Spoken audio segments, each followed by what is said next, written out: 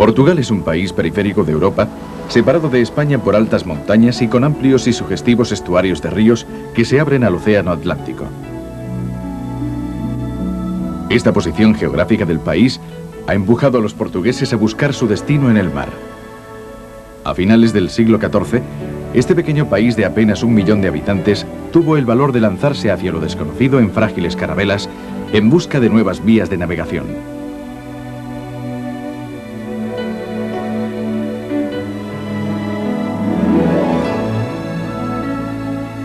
La Edad de Oro de Portugal duró 1 siglo y medio, hasta mediados del siglo XVI. Y durante aquellos años, los navegantes portugueses descubrieron la vía de las Indias y de Brasil. Nació así un imperio basado en el comercio y luego en las colonias. En aquella época, Lisboa, la ciudad sobre el estuario del Tajo, se convirtió en la ciudad europea más rica y espléndida.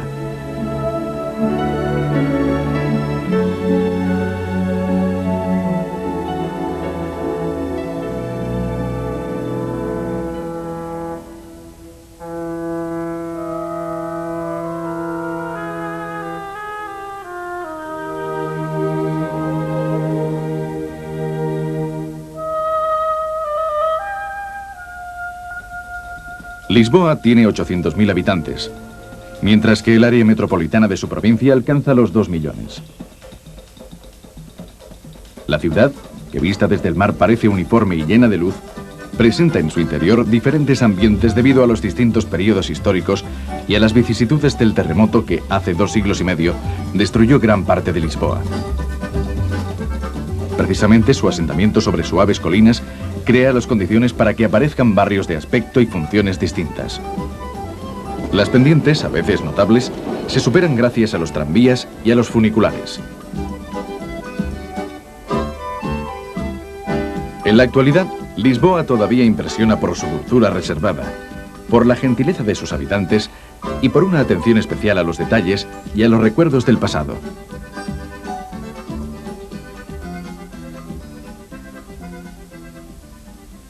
Un ejemplo de ello es esta insólita escultura del escritor Fernando Pessoa, elegantemente integrada en el conjunto del Café Brasileira que él solía frecuentar. Pessoa es uno de los escritores fundamentales del siglo XX europeo. Su existencia, como la del Portugal de nuestro siglo, fue tranquila e insulsa. A la sombra de su empleo en una firma comercial, Pessoa vivió una doble vida de escritor y de oficinista.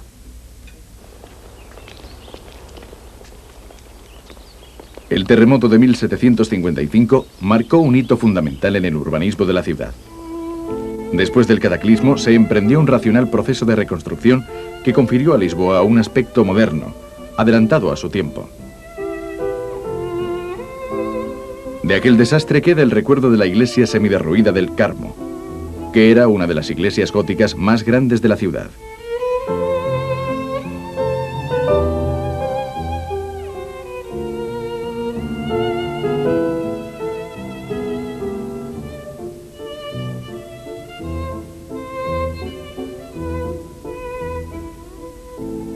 Al Carmo, situado en la cima de una de las colinas de Lisboa, puede llegarse tomando uno de sus famosos ascensores, el elevador de Santa Justa. Estos ascensores son una agradable característica de la ciudad y permiten realizar ascensiones espectaculares en cabinas cómodas y coquetas.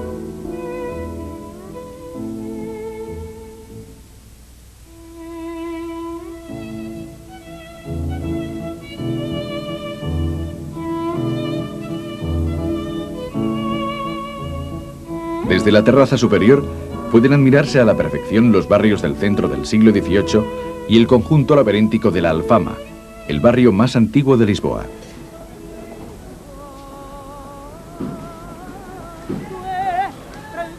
La música del fado, atormentada y melancólica, asciende desde las estrechas calles del barrio antiguo de aspecto árabe, que como en una casbah se deshace en un continuo sube y baja de callejuelas y casas pegadas unas a otras. En la Alfama puede sentirse físicamente el pasado árabe de Lisboa, uno de los componentes del carácter portugués. Los edificios que sobrevivieron al terremoto, tal vez gracias a su forma y a sus reducidas dimensiones, nos ofrecen la imagen de una Lisboa medieval. Sobre el origen del fado, que ya a finales del siglo pasado era muy popular en Lisboa, existen varias hipótesis. Hay quien sostiene que es de procedencia brasileña y quien encuentra en él elementos árabes o incluso gitanos. Es el canto por excelencia de la nostalgia y del lamento, que en ocasiones se atribuye a los esclavos o a los navegantes o a los que tuvieron que emigrar tierras lejanas por necesidades económicas.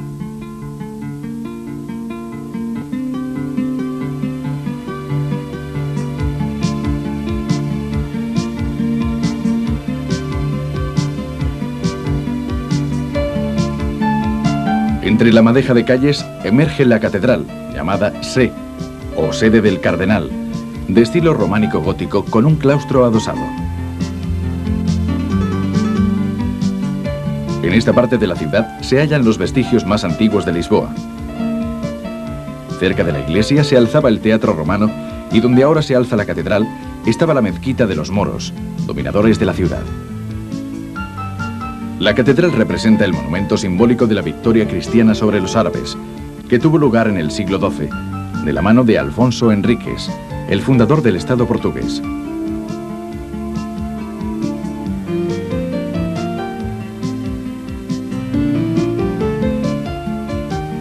El Miradouro de Santa Lucía domina la Alfama. El mirador toma su nombre de una pequeña iglesia, literalmente tapizada de azulejos que representan escenas religiosas.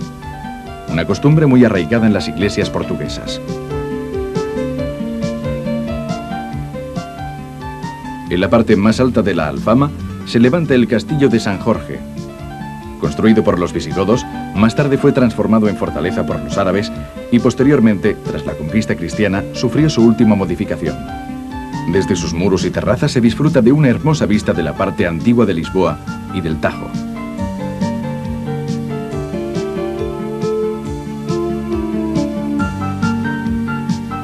En contraste con el barrio medieval de la Alfama, se halla la Baixa. Con sus calles y sus plazas regulares, este barrio tiene su origen en una de las operaciones urbanísticas con más visión de futuro del siglo XVIII. La monumentalidad de la ciudad baja es la consecuencia de la reconstrucción tras el terremoto de 1755. El marqués de Pombal, artífice de la renovación, se inspiró en la concepción dominante en la Europa del XVIII y diseñó una ciudad racional basada en una parrilla de calles perpendiculares que de vez en cuando se abren en amplias plazas.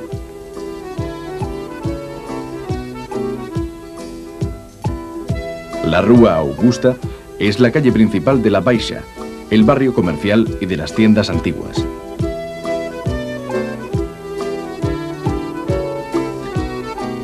La arquitectura de los edificios resulta uniforme gracias a una decisión personal del marqués de Pombal.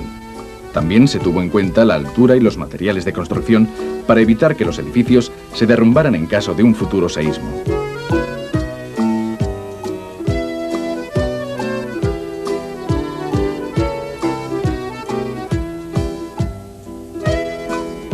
En estas calles, de nombres que recuerdan los oficios antiguos, pueden encontrarse aún las piezas de filigranas en oro y plata, una especialidad de Lisboa estrechamente ligada a su herencia árabe.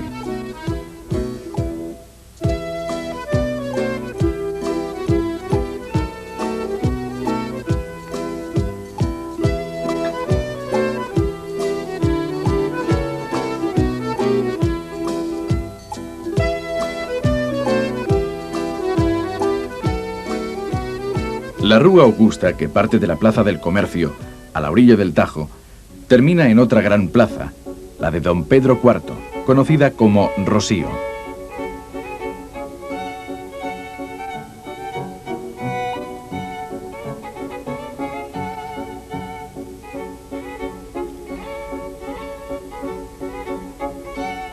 Este lugar es el centro de Lisboa y cuenta con todos los elementos propios de una gran plaza metropolitana de corte europeo.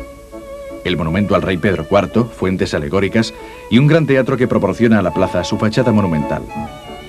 También aquí, como ocurre a menudo en Lisboa, encontramos rincones reservados y elegantes como el kiosco internacional de estilo modernista y el Café Nicola. En el lado de la plaza en que se alzaba el Palacio de la Inquisición, se encuentra hoy el Teatro Nacional Dona María. La estatua que hay sobre el obelisco es la del rey Pedro IV, que da nombre a la plaza. El rosío existía ya en la Edad Media, pero su forma actual corresponde a la ordenación urbanística del siglo XVIII.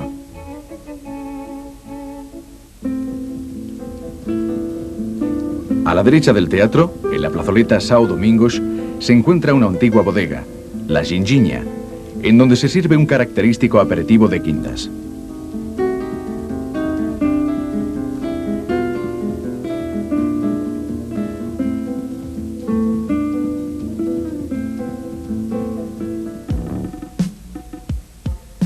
Al otro lado del Rosío se halla otra plaza, casi idéntica a la anterior, Praça da Figueira, que alberga tiendas y edificios monumentales. Aun siendo el centro oficial de la ciudad, la zona ha logrado conservar una gracia vetusta y serena.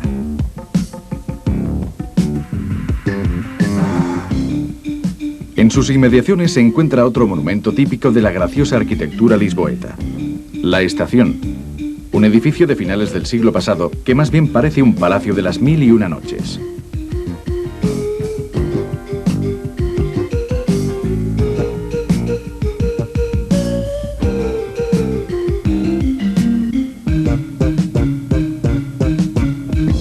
Una vista aérea del centro de Lisboa revela claramente el bloque compacto de las manzanas regulares de La Baixa, flanqueada por el Chiado, el barrio más elegante de la ciudad, que tiene como eje la avenida do Chiado y la plaza Camões.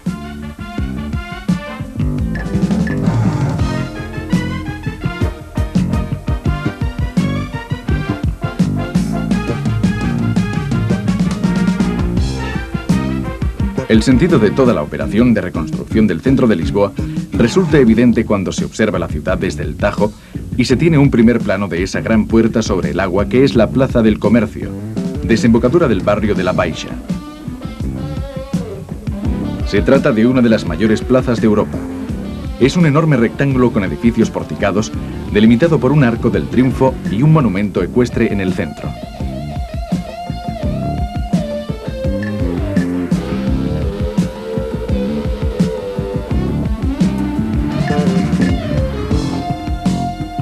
El restaurante Martinho da Arcada, con una decoración algo pasada de moda, constituye una auténtica institución.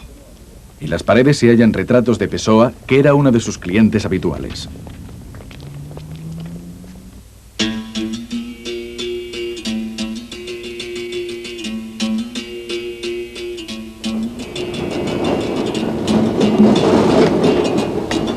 Los tranvías, con su traqueteo y su colorido, facilitan una especialísima manera de ver Lisboa, siempre que no se tenga prisa. Las líneas de tranvías entran y salen de los barrios turísticos, pasando por calles muy estrechas y trepando por las colinas.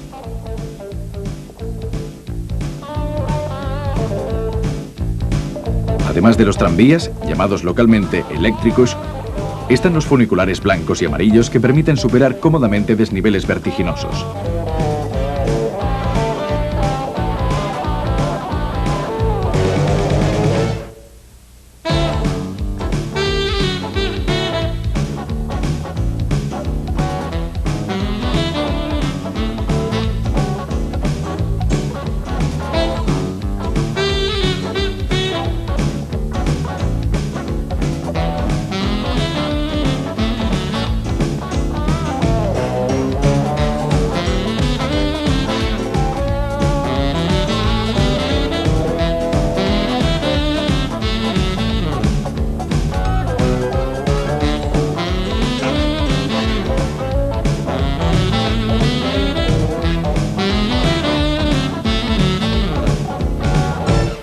El tranvía acompaña al deseo de descubrimientos casuales y del acercamiento inédito, casi cuerpo a cuerpo, a personas y casas.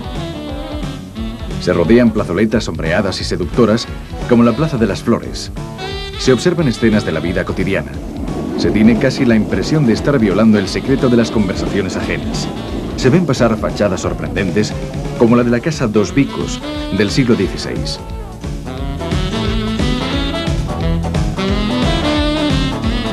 Al final, como si se saliera de un vientre oscuro, se llega a los luminosos miradouros, desde los que se divisa el horizonte de agua del gran estuario y se puede imaginar muy lejos el fabuloso continente perdido del Brasil.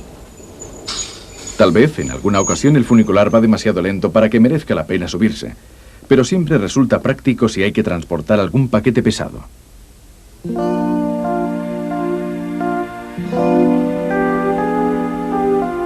Los suaves panoramas que se abren al infinito invitan a soñar con los ojos abiertos. Crean una especie de imprevista fisura entre el mundo real de la ciudad y el del sueño, lejano y nostálgico, de países exóticos y fabulosos.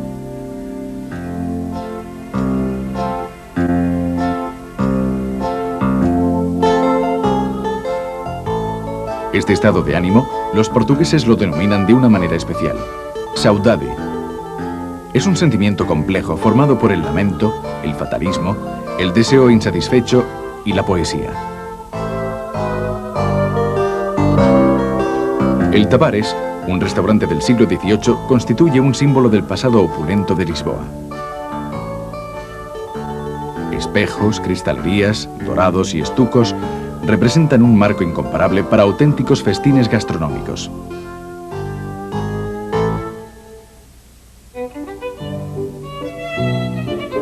El ingrediente por excelencia de la cocina portuguesa es el pescado. Desde las sencillas sardinas a la brasa hasta el bacalao, del que se dice que existen 365 recetas distintas, una para cada día del año.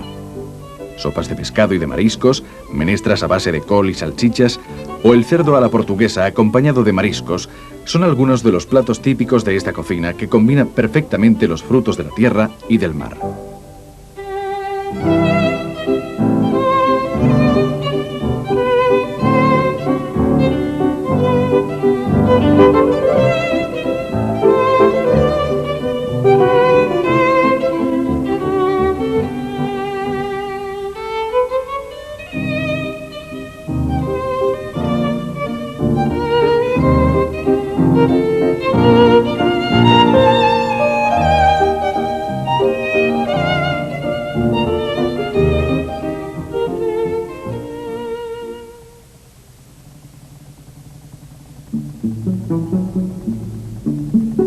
En tranvía o en barco se puede llegar a Belém, en la periferia oeste de Lisboa, asomada al Tajo.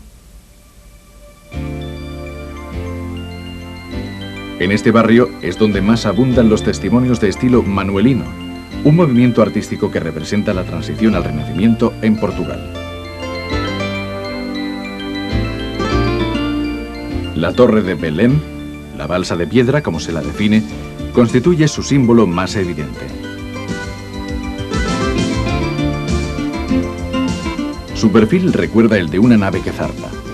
Sus motivos ornamentales, cruces, carabelas, nudos y símbolos moriscos, resumen los caracteres típicos del temperamento portugués: religiosidad, espíritu de aventura y gusto por la suntuosidad.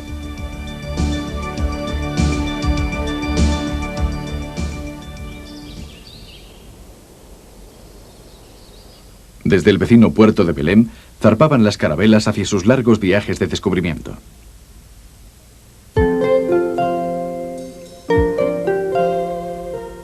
Precisamente aquí se levanta el Padrao dos Descubrimientos, un grandioso monumento moderno erigido con ocasión del 5º centenario de la muerte de Enrique el Navegante, uno de los grandes reyes portugueses. El monumento está dedicado a los descubrimientos marítimos y en él están representados, mediante estatuas, los reyes y los navegantes de la época dorada de Portugal. Los portugueses se autodefinen como descubridores y no como conquistadores, dejando esta denominación para los españoles, quienes crearon imperios coloniales en las tierras descubiertas.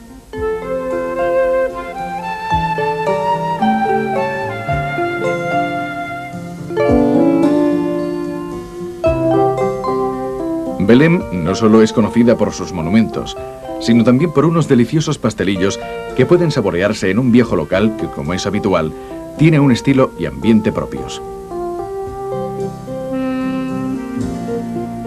Si uno es curioso, puede descubrir que las viguetas que adornan el comedor son en realidad antiguas estructuras antisísmicas.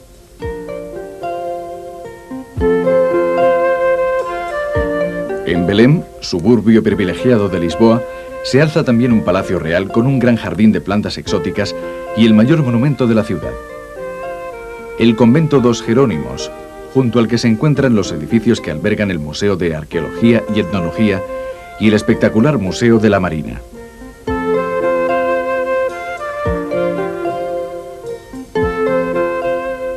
Galeones, carabelas, galeras, embarcaciones de todo tipo y época conforman una colección que resulta muy apropiada para un país que, como Portugal, ha forjado su destino en la navegación. El convento dos Jerónimos, cuya construcción se inició a comienzos del siglo XVI, está considerado como el primer ejemplo de la arquitectura manuelina. En el interior de la iglesia se encuentran las tumbas de Vasco de Gama, el legendario navegante portugués, y de Camões, el poeta nacional, autor de Os Lusíadas, una narración épica de los viajes de Vasco de Gama. El claustro consiste en un cuadrado de 55 metros de lado, delimitado por dos galerías superpuestas. La piedra calcárea está delicadamente trabajada en víboras caladas y adornada con afiladas torrecillas.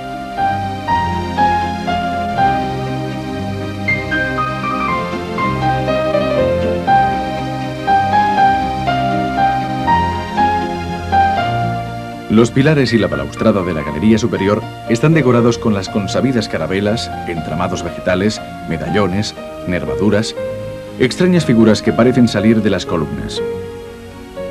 Una auténtica antología del magnífico arte manuelino, pero que en conjunto dan una sensación de sobriedad y casi de austeridad.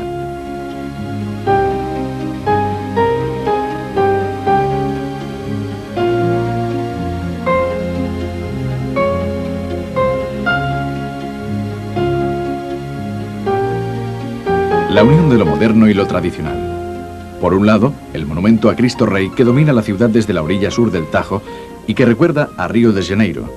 Por otro lado, el puente 25 de abril, una de las obras públicas más gigantescas realizadas en Europa en los últimos 30 años. El puente comunica las dos orillas del estuario con un tramo central de algo más de 1 kilómetro de longitud, mientras que la totalidad de la obra supera los 3 kilómetros.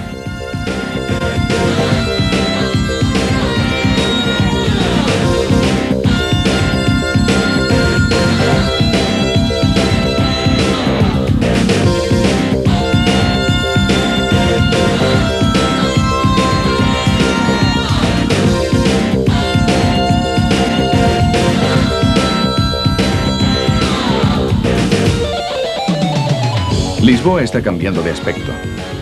Gran parte del barrio popular de Amoreiras ha sido derruido para acomodar un centro comercial de estilo postmoderno.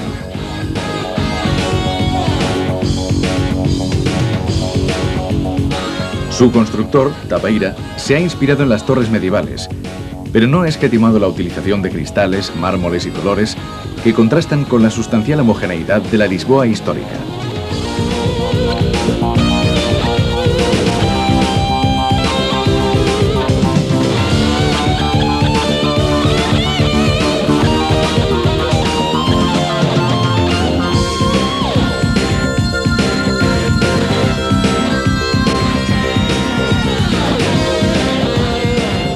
Otro aspecto moderno de Lisboa es la Avenida de la Liberdade, de 90 metros de anchura, que conduce desde la zona del Rocío hasta la Plaza del Marqués de Pombal, también conocida como Rotunda.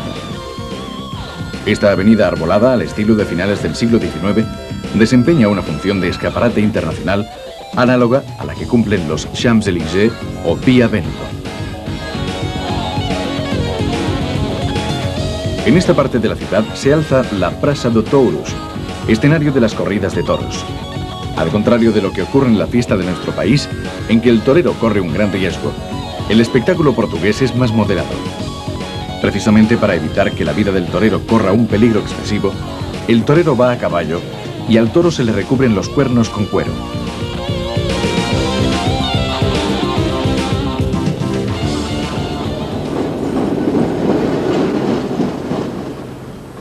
La suntuosidad de la gran capital de un antiguo imperio colonial resulta especialmente evidente en el Museo de las Carrozas, donde se han reunido coches y carrozas reales de los últimos 4 siglos.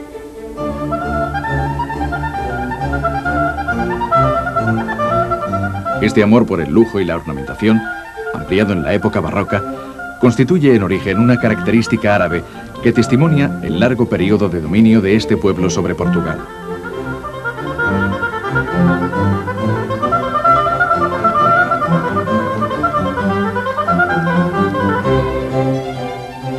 Los palacios reales son otro signo evidente de fasto. En especial, la pequeña Versalles portuguesa de Queluz, construida a mediados del siglo XVIII con gran profusión de jardines de estilo francés, fuentes, estatuas y azulejos.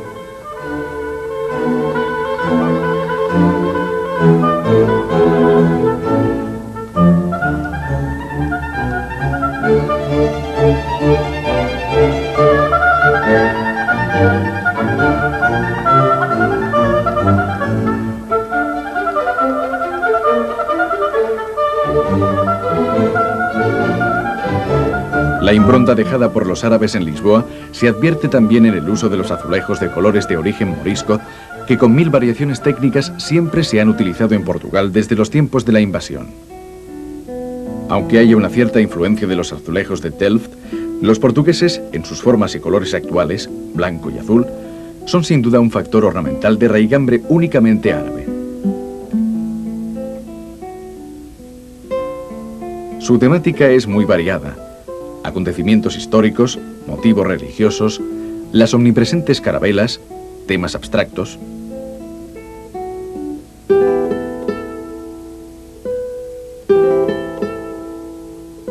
El claustro de la iglesia Madre de Deus alberga el Museo de los Azulejos, en el que pueden admirarse ejemplares que se remontan al siglo XIV. El interior de la iglesia también está adornado con azulejos azules que se funden sorprendentemente con los elementos dorados barrocos.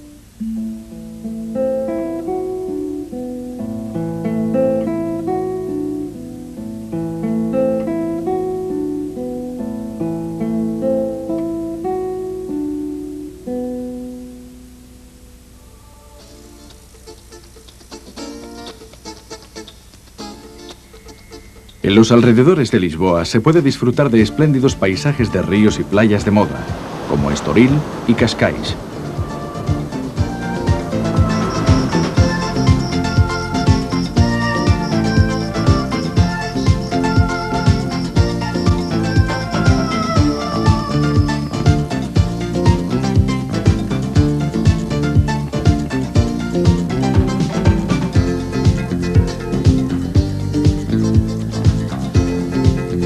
Más al norte, los pueblos de pescadores todavía ofrecen escenas pintorescas, como el regreso al puerto de las barcas de pesca.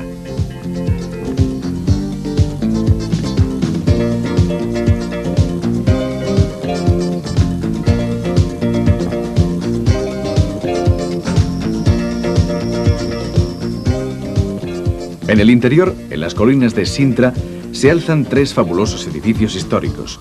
El Castillo de los Moros, del que tan solo quedan las ruinas, el Castillo de Pena y el Palacio Real. Este último se caracteriza por sus 2 monumentales chimeneas cónicas, los patios interiores y la decoración de las salas a base de azulejos espléndidos.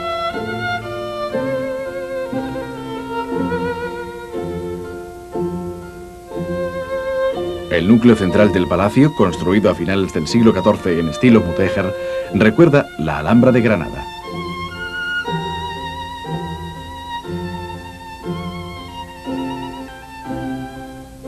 La decoración de la Sala de las Urracas pretende escarnecer las malas lenguas, las urracas, que se habían permitido especular acerca de la fidelidad del rey a su esposa.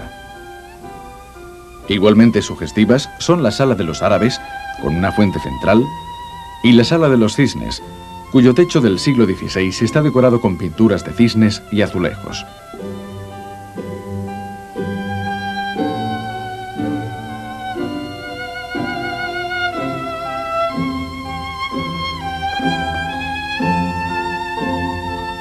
Por su parte, el Castillo de Pena recuerda los fantásticos edificios construidos por Luis de Baviera y, de hecho, el imponente estilo del castillo se debe a 2 alemanes, el marido de la reina María, Fernando de Coburgo, y su arquitecto, que fueron quienes lo mandaron construir a mediados del siglo pasado.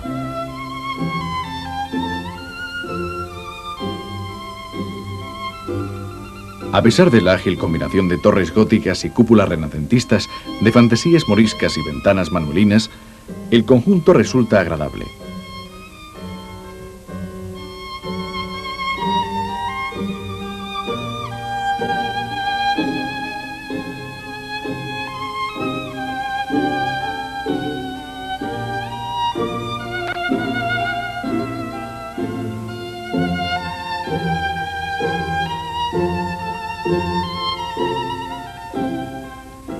La religiosidad portuguesa está ligada indefectiblemente a la época de los descubrimientos, cuando se pretendía acercar el cristianismo a lugares salvajes o considerados como tales.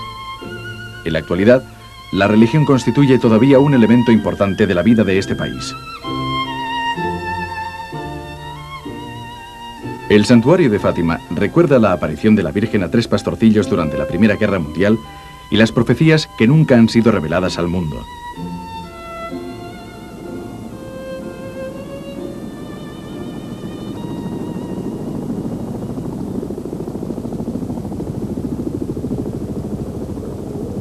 Los molinos de viento son una característica del paisaje del norte de Lisboa, en la región de Extremadura.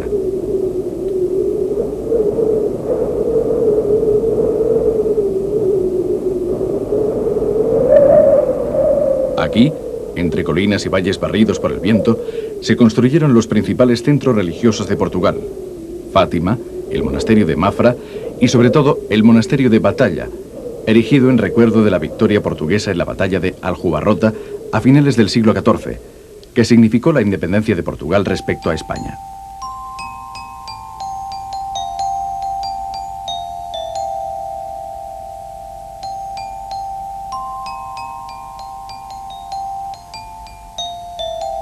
La iglesia y el convento de Batalha, con sus pináculos y sus capillas, recuerdan ciertas catedrales inglesas. Lo cierto es que a la reina Felipa de Lancaster, que era de origen inglés, debían de gustarle.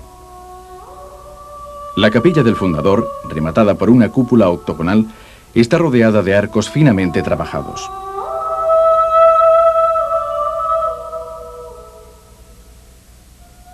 En su interior se hallan las tumbas del rey y de su esposa, junto con las de otros monarcas portugueses. Detrás del ábside, un pórtico monumental conduce a las capillas imperfeitas o capillas inacabadas. En este pórtico, considerado la obra maestra del arte manuelino, la piedra está trabajada como si se tratara de una labor de encaje. Los motivos geométricos o florales se alternan en varios niveles, denotando la influencia decorativa de Extremo Oriente que precisamente estaba siendo explorado por aquella época.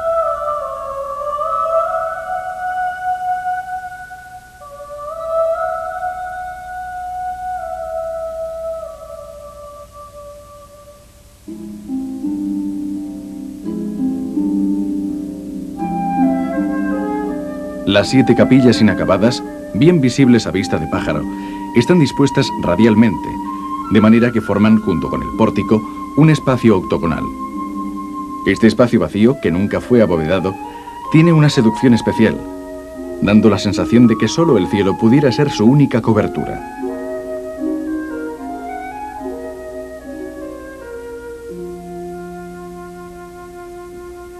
El claustro real, de unos 50 metros de lado, está rodeado de arcos, cerrados en parte por tracerías de delicado trabajo.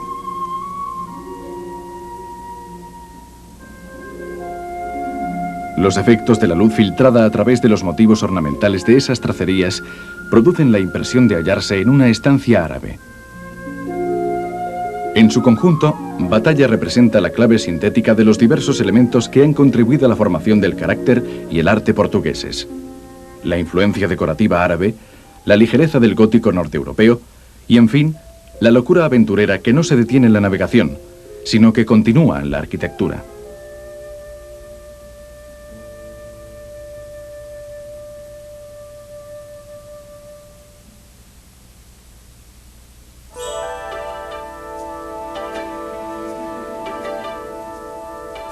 La costa de Lisboa, una vez rebasadas las playas de moda de Estoril, Cascais y del Guincho, se recorta formando agrestes gargantas como la Boca do Inferno, donde las olas del océano provocan colosales torbellinos y concluye en el Cabo da Roca.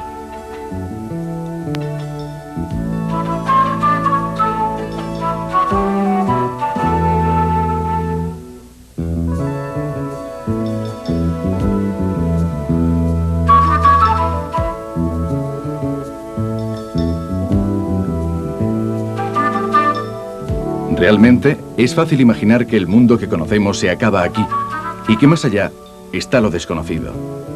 Fue precisamente Camões quien poéticamente dijo: aquí la tierra acaba y el mar empieza. La escollera del Cabo da Roca, cortada a pico sobre ensenadas de arena, es el extremo más occidental del continente europeo. La presencia de un faro apenas atenúa su desnudez y su apariencia tempestuosa.